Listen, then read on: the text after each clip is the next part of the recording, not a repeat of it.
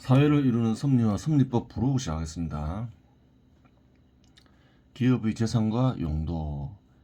기업의 재산은 제각각이지만 크게 성공한 기업의 재산은 개인의 재산과 비교하면 하늘과 땅 차이다. 그렇죠. 기업의 재산은 뭐 수십조, 수백조에 이르기도 하죠.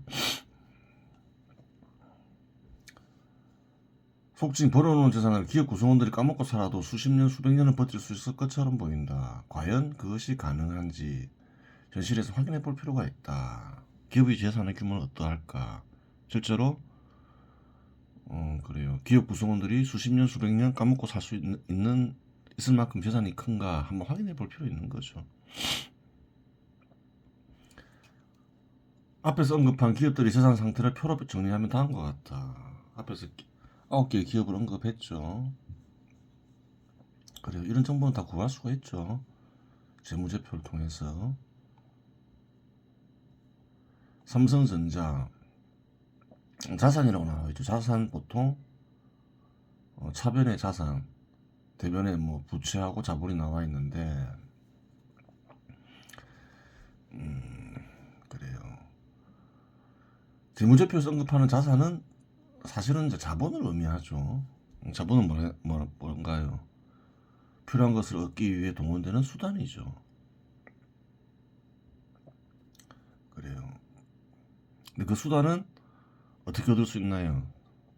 자기가 직접 자기 재산을 투입해서 얻을 수도 있고, 빌려서 얻을 수도 있죠. 빌린 것이 부채고, 자기 것이 순자산이죠. 순자산을 또 자본이라 표시하죠. 자본은 여러 뜻으로 쓰여요. 재무제표상에서 자본은 이제 순자산을 의미하는 거죠.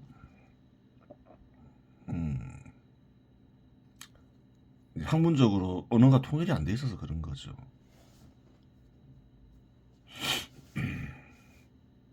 하여간 삼성전자의 자본, 자산으로 표시되죠. 455조 가까이 되죠. 어마어마하죠. 이렇게 생각하면 되죠. 부채와 순자산이 있는데 이제 쉽게 이해하려면 주택을 구매하는데 자기 돈만으로 사는 일도 있겠지만 은행에 돈 빌려서 살 수도 있잖아요. 10억짜리 집이 있으면 5억을 대출했다. 그러면 내 재산은 5억, 남 재산은 은행 재산이 5억 이렇게 표시해 놓을 수가 있죠. 그거랑 똑같은 거죠. 그렇게 보면 돼요. 부채가 90이죠. 순자산이 한 363조 가까이 되죠. 그럼 이렇게 생각해 볼 수 있잖아요. 사업을 싹 정리를 한다. 부채도 다 갚아버린다. 그러니까 이 가격대로 다 정리가 된다. 순자산이 363조가 남죠. 개인적으로 보면 어마어마하죠. 그러면 싹 정리를 하고 이제 삼성전자 구성원들이 까먹고 살자 이러면 얼마나 버틸 수 있을까? 363조면 100년 200년 버틸 수 있을까? 그렇게 생각할 수 있잖아요. 한 1000년은 버틸 수 있지 않을까? 363조면 그렇게 생각할 수 있는데 그렇지 않다는 거예요. 임금비는 이제 임금이죠.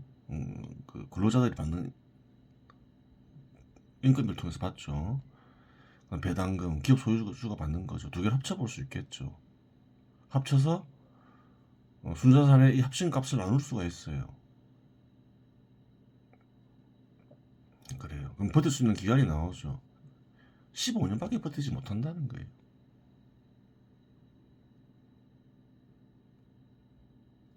그래요. 이런 기업이 잘 없겠죠. 한국에 수천 개의 상장 기업이 있지만 삼성전자는 되게 좋은 기업이죠. 최고로 좋은 기업 중에 하나죠. 그래도 15년밖에 못 버틴다는 거예요. 현대자동차는 몇 년 버티나요? 똑같은 방식으로 8.8년, 한 9년 버티는 거죠. 삼성전자나 현대차는 수십 년 버텨왔잖아요. 그러면서 많은 사람들이 삼성전자를 현대자동차를 통해서 소득을 얻고 살았잖아요. 그래요.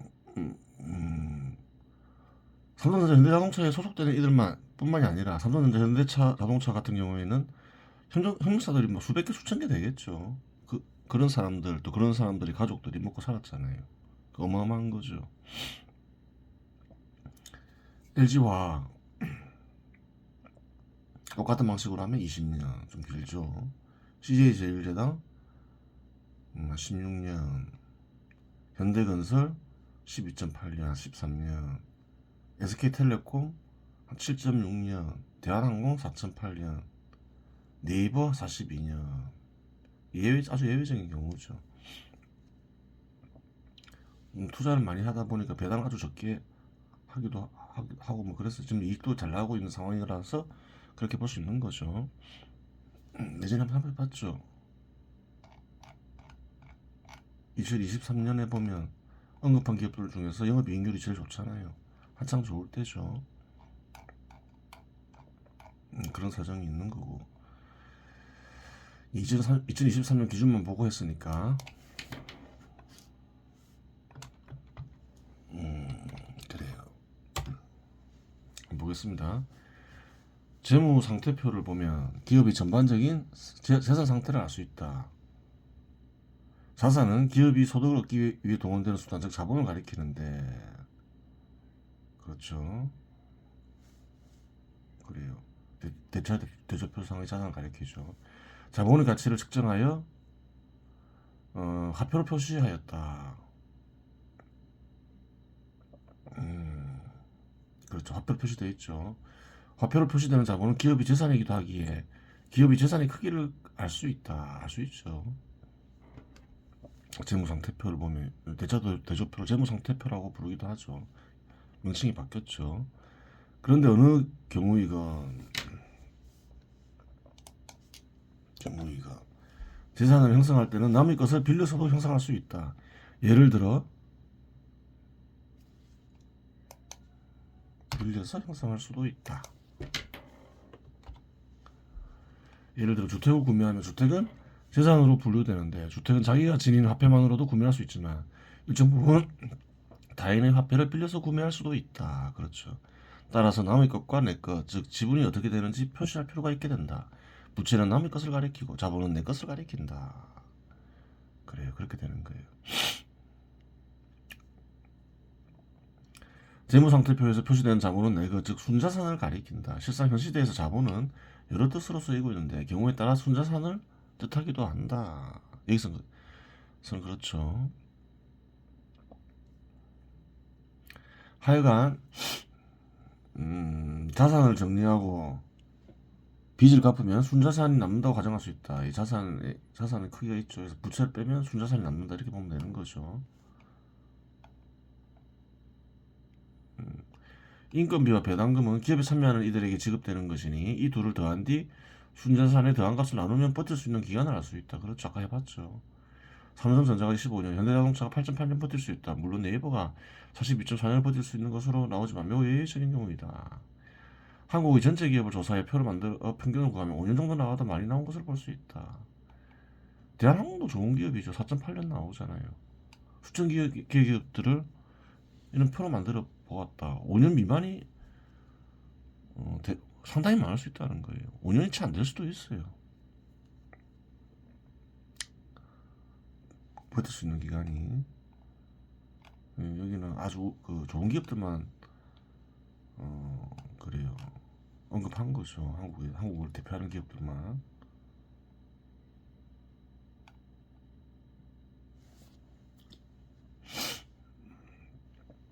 SK텔레콤과 대한항공도 한국을 대표하는 기업인데 버틸 수 있는 기간은 각각 7.6년과 4.8년이기 때문이다.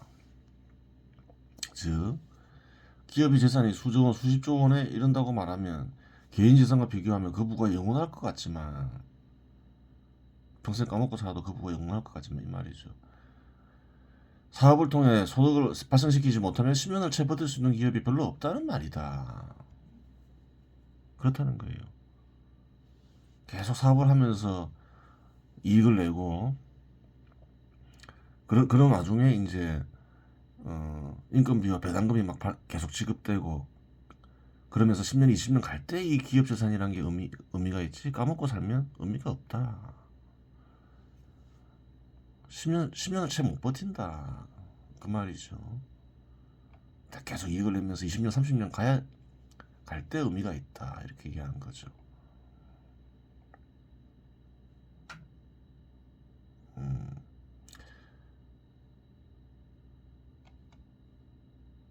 즉 기업의 재산은 샀다 팔았다 하면서 이익을 내는데 사용돼야 비로소 의미를 지니게 된다. 샀다 팔았다 하면서 이익을 내야 된다. 실상 어떤 산업에 속한 기업이건 어떤 규모의 기업이건 구매와 판매를 끝없이 반복하는데 일정 기간 비용으로 표시되는 구매가 판매보다 작을 때 이익이 발생한다. 모든 기업의 공통점은 뭔가요? 샀다 팔았다 한다는 거예요. 건물이나 기계와 같은 물체를 구매할 수도 있고 원료를 구매할 수도 있고 경우엔 또 근로자들이 활동을 구매할 수도 있겠죠. 그래서 또 무언가를 판매하죠. 상품을 판매하죠. 그 판매가 구매보다 크면 이제 이익이 발생했다 이러는 거예요. 샀다 팔았다 하는 게 맞죠. 모든 기업에 공통되는 거죠. 무엇을 파느냐, 어떤 활동을 통해서 파느냐에 따라서 산업이 구별되는 거지. 뭐 어떤 산업에 속한 기업이건 다 샀다 팔았다 한다는 거예요. 이익이 발생하는 기간은 5년이 될 수도 있고 10년이 될 수도 있고 30년이 될 수도 있고 100년이 될 수도 있는데 만일이 손실이 나고 장기간 손실이 지속될 수밖에 없는 처지가 되면 그러한 기업은 어떠한 방식으로든 간에 결국 사라진다.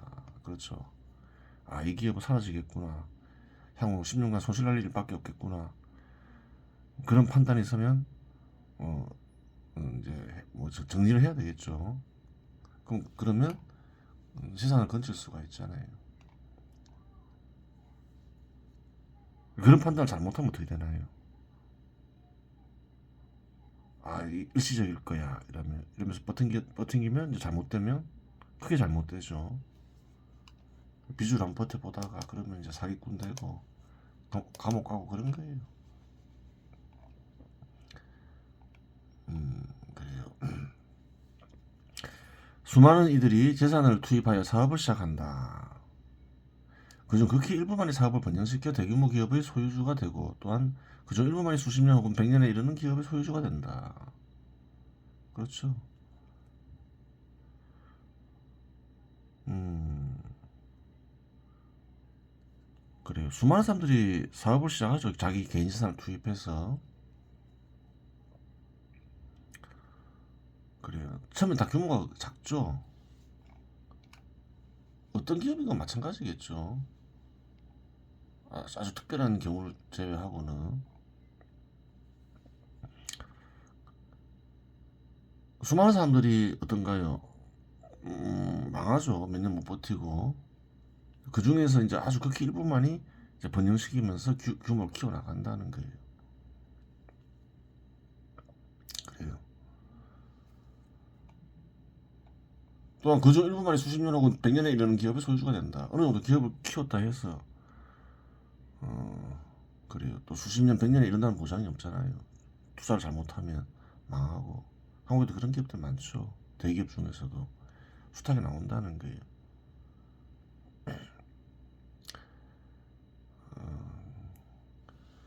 즉 극소수의 성공한 기업들 국가를 지탱하는 법이다. 그렇죠. 극소수의 성공한 기업들이 이제 국가를 지탱하는 거죠. 많은 협력사를 거느리고 한국도 그렇잖아요. 달러를 못 벌어들이면 수출도 많이 하죠. 한국 기업들은 달러를 못 벌어들이면 어떻게 되나요? 필요한 걸 구매를 못 하죠. 해외에서 석유도 구매 못 하고 아무 식량도 물 같은 건 다 수입하잖아요. 그렇게 된다는 거예요.